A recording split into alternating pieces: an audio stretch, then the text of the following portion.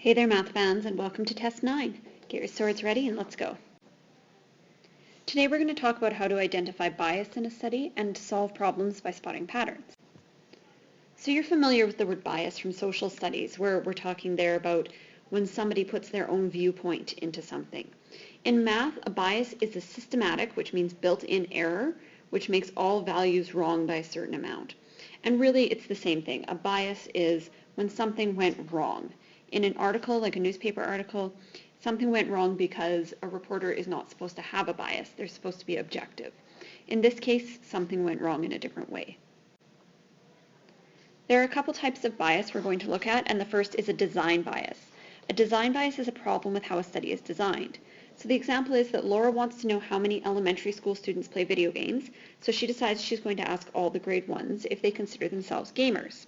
Obviously, the problem here is that Laura has not designed a study that's going to show us if all elementary school students play video games.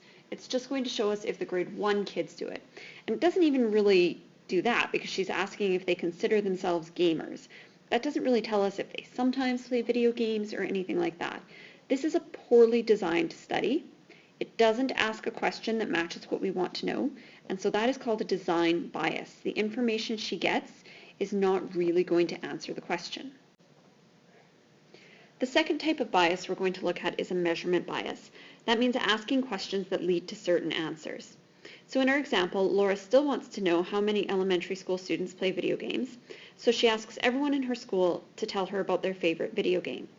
The problem here, obviously, is if somebody comes up and says, tell me about your favorite video game, even if you don't really play video games, you're probably going to think of something and be like, Pac-Man. Something like that, right? So she has designed a question that is leading. She doesn't say, do you play video games, or do you like video games? She says, tell me about your favorite video game. And that tells the people she's talking to what kind of answer she expects. This is a measurement bias. And the final type of bias we're going to look at is a sampling bias, which is not taking an accurate sample. So for example, Laura wants to know how many elementary school students play video games, so she asks 100 boys and 10 girls if they play video games. Obviously, that is not a good sample size. She's going to get results that tell her if elementary school boys play video games, and they won't even really do that because she's got 10 girls in the mix. So if you're going to come up with a question like this, your sample needs to be representative of the people that you're trying to find out about. If you want to know how many elementary school students play video games, you should be asking kids from each grade, boys and girls. So that's it for bias for now. We're going to move on to solving problems by spotting patterns. Here's my first question. Simone used some square blocks to build the figures shown below. How many squares does she need to build figure 6? So what we want to do is, first of all, we want to look for a pattern. Then we're going to make a table to fill in the data and use that table to find a solution. So what I've done here is I've taken, here's figure 1. How many blocks did I use? I used 1. And there's not really a pattern yet. The pattern is just 1. So then I look at figure 2. It has 3 blocks, and the pattern is 1 plus 2. That equals 3. In step 3, I have 1, 2, 3, 4, 5, 6 blocks. 1 plus 2 moves down, and then I add 3. So now I can see a pattern. I had 1, then I had 1 plus 2, then I had 1 plus 2 plus 3, and I can guess that in step 4, it's going to go 1 plus 2 plus 3 plus 4, which will give me 10 blocks.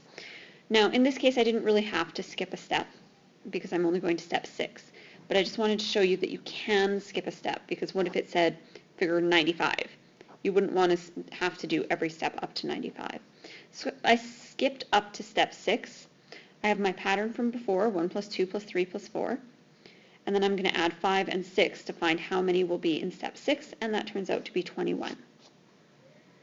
And of course, for my problem to be correct, I need a sentence. So how many squares does she need to build figure 6? Simone needs 21 blocks, or squares. So here's another question. Taryn built the structure shown below. How many cubes would he need to make his structure 10 layers high? Pause the video here, copy out this chart, and see if you can solve the problem, and when you come back, I'll have the answer for you.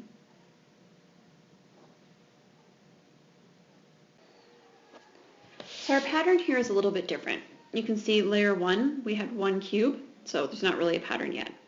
Layer 2, I had 1, 2, 3, and one you can't see, 4 cubes. Layer 3, I have 3 by 3, which makes 9 cubes.